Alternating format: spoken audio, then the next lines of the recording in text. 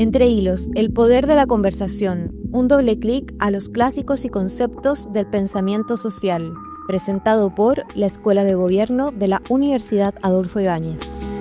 Hola, ¿cómo están? Bienvenidos a un nuevo episodio de Entre Hilos en el Mostrador, como siempre con Daniel Chernilo, académico y sociólogo. ¿Cómo estás, Daniel? Muy bien, preparado para otro episodio.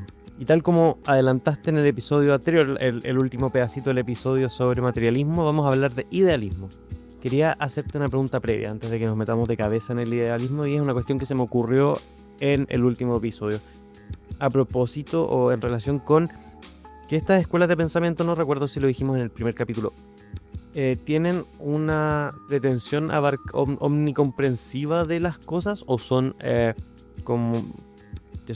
No lo quiero plantear en términos bélicos, que chocan las ideas, pero sí de repente estos espejos, por ejemplo, materialismo, idealismo, plantean ideas radicalmente englobadoras de todo, ¿no? Sí, en general los procesos de desarrollo de estos sistemas de pensamiento son mucho más sucios, más enredados, más contaminados de distintas ideas que cuando uno las presenta desde el presente. Efectivamente tienen esta pretensión como omnicomprensiva, ¿no? Cuando surgió el estructuralismo, tenía esta intención de comprender, ¿no?, las estructuras latentes de todos los fenómenos, porque los estructuralistas estaban desesperados con que había tanta explicación distinta para tanta cosa y esta idea de que cada persona podía interactuar de una manera distinta. Entonces, efectivamente, estos sistemas de pensamiento tienen siempre esta vocación omnicomprensiva, pero tal como dijimos la semana pasada, en ese intento como de ir como abarcándolo todo, se transforman en formas de pensamiento por lo general un poco unilaterales, donde finalmente se van concentrando como en un elemento, en el gran elemento que lo resolvería todo, y en eso entonces se empiezan inevitablemente a olvidar de otras dimensiones que no pueden capturar, ¿no?, en ese énfasis tan intenso. Por eso el episodio de hoy día sobre idealismo, ¿no?, lo comentábamos antes de empezar a grabar. Podríamos haber grabado antes del otro, o en cualquiera de los dos órdenes, porque la tesis principal es que las ideas, los sistemas de pensamiento, la cultura, la ideología, la religión, tiene completa autonomía en relación con la vida material a la que nos referimos la semana pasada, y que en realidad, incluso si uno acepta que hay que estar vivo para tener ideas, que sería como un punto a favor del materialismo, ¿sí?, ¿no? Si uno no está vivo, ¿no? Pues un poco era uno de los primeros argumentos de Marx, ¿no? Para poder darse cuenta de que uno está siendo explotado, bueno, hay que estar vivo primero, y solo ahí uno comienza como a experimentar las condiciones de explotación. Lo que responden los idealistas a ese argumento es que eso puede ser cierto, pero el hecho fundamental es tomar conciencia de esa situación de explotación, o de esa situación, o de ese hecho que estamos vivos. Si no tomamos conciencia y no somos capaces de articularlo de alguna manera en las ideas, entonces ese hecho de estar vivo queda medio ahí como inerte, queda ahí como dando vuelta, ¿sí?, en una suerte de vacío. Entonces, el idealismo defiende la primacía de las ideas, porque sin la capacidad de articular, ¿sí?, qué sucede cuando estamos vivos, esa vida misma se transforma en una cuestión sin sentido, que no puede ser comprendida. Más o menos yo creo que esbozaste en tu en esta primera parte de la presentación sobre idealismo lo que te querría preguntar, pero ¿dónde nace este conjunto de ideas, de nociones que van a luego agruparse en la idea de idealismo? Bueno, valga la redundancia. Y también me gustaría saber cómo entienden los idealistas qué es el mundo respecto de su propia experiencia, cuando hay personas que, por ejemplo, no tienen capacidad de raciocinio, personas que lo que llamamos locos, digamos, que Okay. es despectivo, pero Okay. quienes no pueden tener ideas, por ejemplo. Ya, cuando surge la misma respuesta de siempre, estos sistemas no surgen en distintos momentos. Hay unas primeras versiones del idealismo que en la filosofía griega se conoce como platonismo. Platón es uno de los primeros que afirma esta idea de que esta tesis de que las ideas existen eternamente, que están más allá de nuestra existencia mundana, que están más allá de los ciclos vitales, incluso de los ciclos históricos colectivos, sino que las ideas son unas esencias que viven más allá de todo tiempo y lugar. ¿Sí? Pero nuevamente, trayéndolo al contexto del pensamiento moderno, hay dos grandes autores que cuando uno los enseña en clase, ¿no?, los alumnos se ponen a tiritar antes de que uno parta, que son Kant y Hegel, finales del 18 y principios del 19, que son como los dos grandes pensadores que asociamos a la tradición idealista. Después hay una tradición muy, muy larga, vamos a mencionar seguramente hacia el final el libro de Weber, de la ética protestante y el espíritu del capitalismo, como una forma de pensar el rol que tienen las ideas en el surgimiento, ideas protestantes en el surgimiento del capitalismo. Pero ¿por qué Kant y Hegel? Muy brevemente, no vamos a hacer una exposición detallada de su pensamiento. Es porque para ambos, ¿sí?, nuestra comprensión del mundo es el fenómeno más importante al que podemos aspirar los seres humanos. Entender las cosas es la actividad humana como esencial, ya sea entender cómo funciona el mundo natural, cómo funciona la moral, e incluso cómo funciona nuestra relación con Dios. Y que por tanto, entonces, eso solo tiene lugar en el dominio o en el espacio de las ideas. ¿Sí? Eso no tiene lugar, su espacio natural, ¿sí?, no es el de la vida orgánica, no es el de la economía, no es la política, ¿sí?, sino que es el espacio de las ideas. Entonces, por ejemplo, para Kant, una idea para cada uno simplemente. Para Kant, él va a decir en uno de sus grandes libros, La crítica de la razón pura, que hay un conjunto de categorías que están en nuestra mente, que son trascendentes y que solo porque tenemos esas categorías somos capaces de comprender el mundo. Por ejemplo, la idea de causalidad, la idea de temporalidad. ¿Qué es lo que va a decir Hegel? Entre múltiples cosas, va a decir que el desarrollo de la historia de la humanidad es un proceso creciente en el que los seres humanos vamos tomando conciencia, desarrollamos la gran palabra mágica de Hegel, la autoconciencia de que tenemos, ¿no?, una historia, de que podemos proyectarnos hacia el futuro, de que nuestras instituciones, por ejemplo, lo que entendemos por matrimonio, lo que entendemos por Estado, lo que entendemos por familia, por sociedad civil, tiene una lógica que se va desarrollando, y ahí lo que prima entonces es nuestra capacidad de comprender, de entender cómo hemos ido avanzando en el desarrollo de estas ideas y hacerlas, ¿no?, visibles, transparentes, comprensibles para nosotros mismos. Esto son o simplificaciones o resúmenes súper extremos de sus dos posiciones, pero en ambos casos no es que niegan que haya que estar vivo para poder pensar, pero lo que nos caracteriza como seres humanos, la actividad fundamental, es el pensamiento, las ideas, la conciencia. Quizás deberíamos haber partido por ahí. Me empecé a arrepentir en el camino. Sobre qué, brevemente, ¿no?, se entiende por una idea. Primero, ¿qué es una idea para esta escuela de pensamiento? Quizás es muy simple y yo no estoy dando en el clavo con el concepto. Y por otro lado, ¿qué es comprender? También creo que son dos preguntas para clases de cursos completos, digamos. Ya, pensémoslo así. Pensemos que las ideas son estas formulaciones abstractas que son capaces de capturar un conjunto de fenómenos de manera como resumida, condensada, concisa.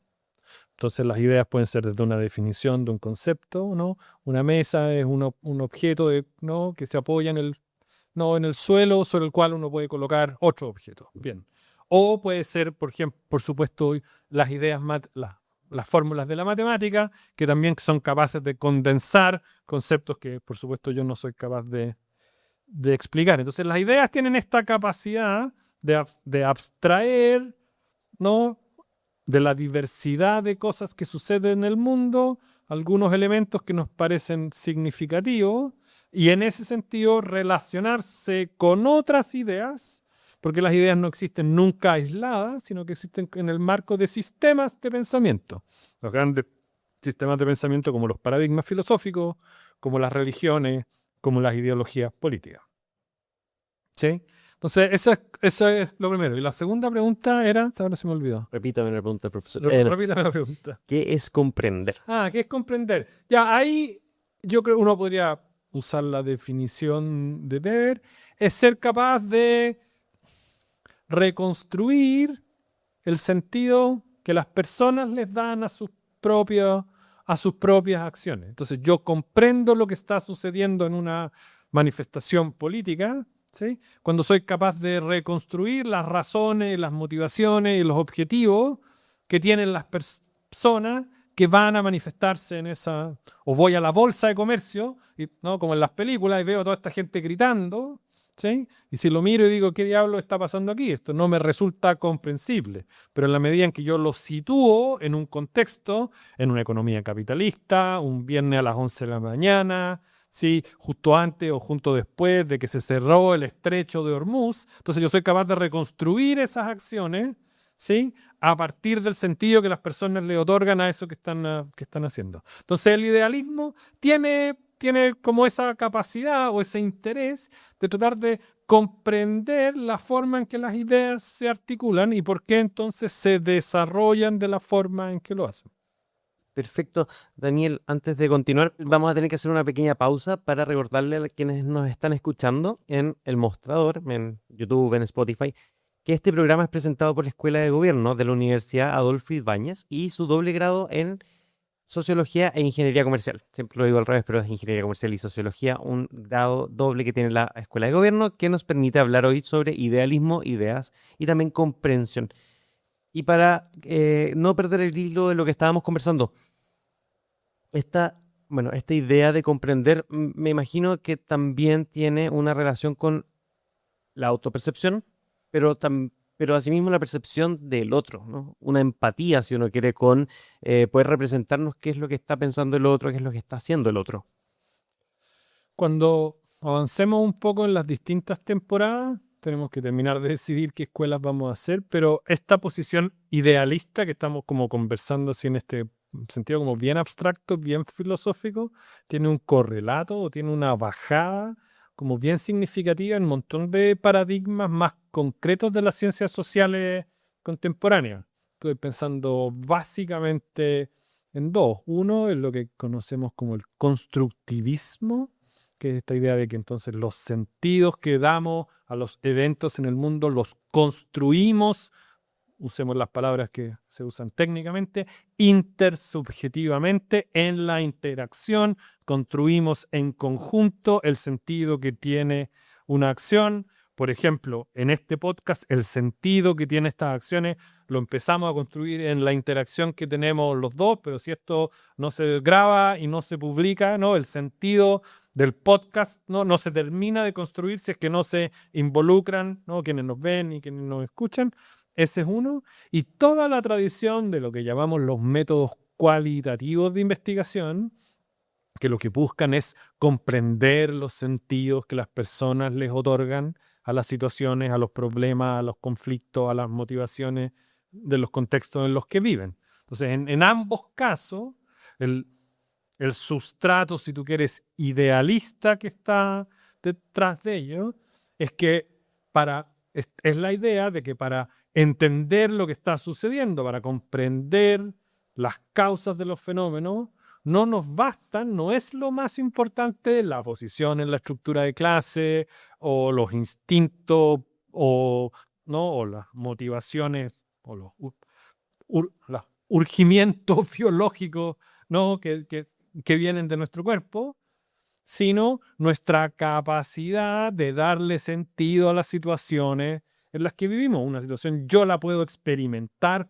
o la puedo vivir como de humillación o como no humillación, ¿sí? Y eso yo lo construyo, lo articulo de una determinada manera. Yo le doy sentido. Y yo le doy sentido, le damos sentido en conjunto. Yo puedo querer hacerte feliz o tratar de hacerte un regalo. No, o tú me hiciste un regalo muy bonito, hoy día al inicio de esta grabación. Es un pin, por si acaso, un pequeño pin. Un pequeño pin, efectivamente.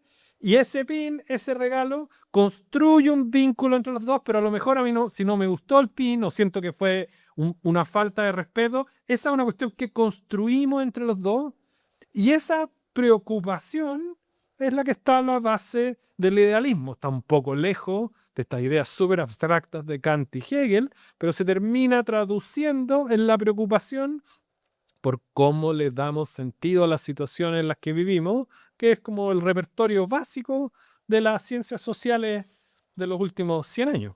Me gustaría avanzar hacia... no quiero hablar de logros, yo sé que lo tenemos clasificado como logros, pero ¿cuáles son los efectos de que se haya empezado a pensar de esta manera respecto del mundo y de la forma de comprender las ideas? Ya, pensémoslo o resumámoslo en dos. La primera es esta idea que después de un periodo muy intenso de martillazos materialistas que decía, no, las ideas no viajan con tanta facilidad, las posiciones de clase son muy importantes. Aquí hay una reivindicación muy importante de lo que llamaríamos la autonomía de la razón. Esta idea de que cuando uno asiente frente a una idea, cuando uno le están haciendo una clase y uno entiende algo, ese asentimiento es un asentimiento racional porque uno genuinamente ha entendido, y eso no tiene que ver con mi posición de clase, no tiene que ver con que yo sea hombre o mujer, sea judío, musulmán o cristiano, sino con mi capacidad de pensar abstractamente, ¿sí? Y de relacionarme con el mundo de las ideas. Entonces las ideas no son racionalizaciones, no son justificaciones de mis posiciones de clase o de mis posiciones identitarias o de mis posiciones políticas, sino que son un espacio autónomo del mundo humano. Y la segunda es esta idea, que no lo hemos mencionado tanto hoy día, pero hablamos harto de esto la semana pasada, es esta idea de que para capturar cuestiones como la belleza, el altruismo, ¿sí? La generosidad, ¿sí? La preocupación por la justicia, por ejemplo, ¿sí? Esas tienen como una suerte como de vida propia que solo se capturan si es que uno se toma en serio la importancia de las ideas. La gente que cree en Dios, cree muy genuinamente en Dios y le genera un tipo de emoción y un tipo de vínculo y un tipo de sentimiento y un tipo de apego muy real, ¿sí? Y eso hay que comprenderlo en buena medida también en función del vínculo, ¿sí? Racional, ideal, incluso, ¿sí? Como cultural, en un sentido que está un poco desapegado de estas otras ideas más materialistas que vimos la semana pasada. No es casualidad, por ejemplo, que en el área de estudios que se conoce como relaciones internacionales, hay como todo, la gran división de los dos grandes como paradigmas que compiten en esa disciplina, es entre los realistas, que serían los materialistas, y los idealistas. Entonces dicen, bueno, ¿qué hace un país como Chile? ¿Sí? O defiende sus intereses y negocia con todos los estados, ¿sí? En función de lo que le conviene, que sería la posición materialista o realista, o toma posiciones de principio respecto de las cuestiones en las que cree, muy fundamentalmente, porque la vocación de Chile, no sé, tiene que ver ¿no? con un orden global pacífico. Entonces, lo que prima en relaciones internacionales son estas visiones más, ¿no? Y los idealistas y los realistas pelean. Entonces, no, lo que importa son los intereses concretos del Estado, y los otros que dicen, no, lo que importa son estas visiones de mundo y la forma en que los estados intentan llevarla a cabo. Se me ocurren tantas preguntas, creo que voy a tener que seleccionar una o dos quizás. Porque estábamos hablando de el realismo en las relaciones internacionales. Creo que el paradigma hasta el siglo, bueno, es difícil hablar tan exactamente de temporalidades, ¿no? Estoy pensando en principios del siglo XIX, después de la caída del Imperio Napoleónico, se reúnen en Viena varios estados y toman decisiones radicales sobre cómo van a seguir el próximo siglo, ¿no? La Realpolitik de... Efectivamente. Realpolitik es el realismo.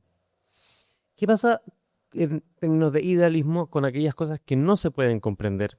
Ya esbozaste una idea sobre cómo nos aproximamos a cosas como la belleza, el amor, la reciprocidad, el altruismo. Pero ¿consideran estas escuelas idealistas que hay, o estas corrientes idealistas, que hay cosas que no podemos comprender y que nuestra racionalidad no accede a ese espacio? Es una buena pregunta. diría que, bueno, una mala respuesta. Un poco sí y no, ¿no?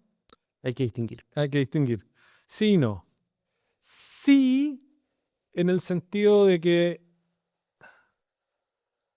hay como alguna conciencia de que digámoslo así, lo vamos a conversar en el capítulo sobre existencialismo. Las preguntas últimas de la existencia humana no tienen respuesta definitiva, no son susceptibles de una comprensión final. Tienen versiones. Tienen versiones, son siempre incompletas, nos dejan siempre insatisfechos.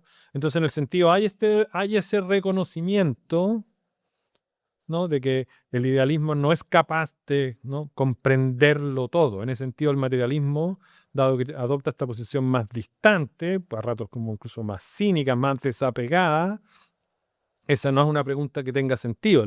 La pregunta por el sentido de la vida no tiene sentido en una posición materialista. Claro. Ya. Viene dada. Viene dada, ¿no? Es el mundo tal y como es. ¿Por qué? Entonces dijimos sí, no. El lado no sería porque para esta tradición, entonces, finalmente, hacerse esas preguntas, aun cuando no tengan respuesta definitiva, es la actividad principal del pensamiento. O sea, no hay si bien la pregunta por el sentido de la vida no tiene una respuesta única, no por ello deja de ser la pregunta más importante que nos podemos hacer. Y la pregunta la única que realmente importa, para ponerlo en esos términos. Bien. Daniel, una última pregunta, ya que tenemos un par de minutitos. ¿Por qué a la gente bajé aquí el pelo, ¿no? Pero ¿por qué a la gente le dicen idealista medio burlonamente, como tú eres un idealista? Yo creo que es justamente por esta tensión que es la que venimos hablando. Porque si uno mira las cosas desapasionadamente, ¿sí?, no anda enamorado de las ideas, no anda enamorado de cosas que no existen realmente. ¿Qué es lo que importa realmente en el mundo? El dinero, ¿no?, el poder, ¿no?, el acceso a bienes y servicios, las cosas que nos mantienen vivos, ¿no?, la cosa ingenua, un poco, ¿no? La cuestión que podemos medir con Excel. Las cuestiones que puedo medir con Excel. Todo el resto, ¿sí?, son cuestiones que solo son posibles desde un argumento materialista porque estamos vivos, porque tenemos dinero, porque tenemos poder.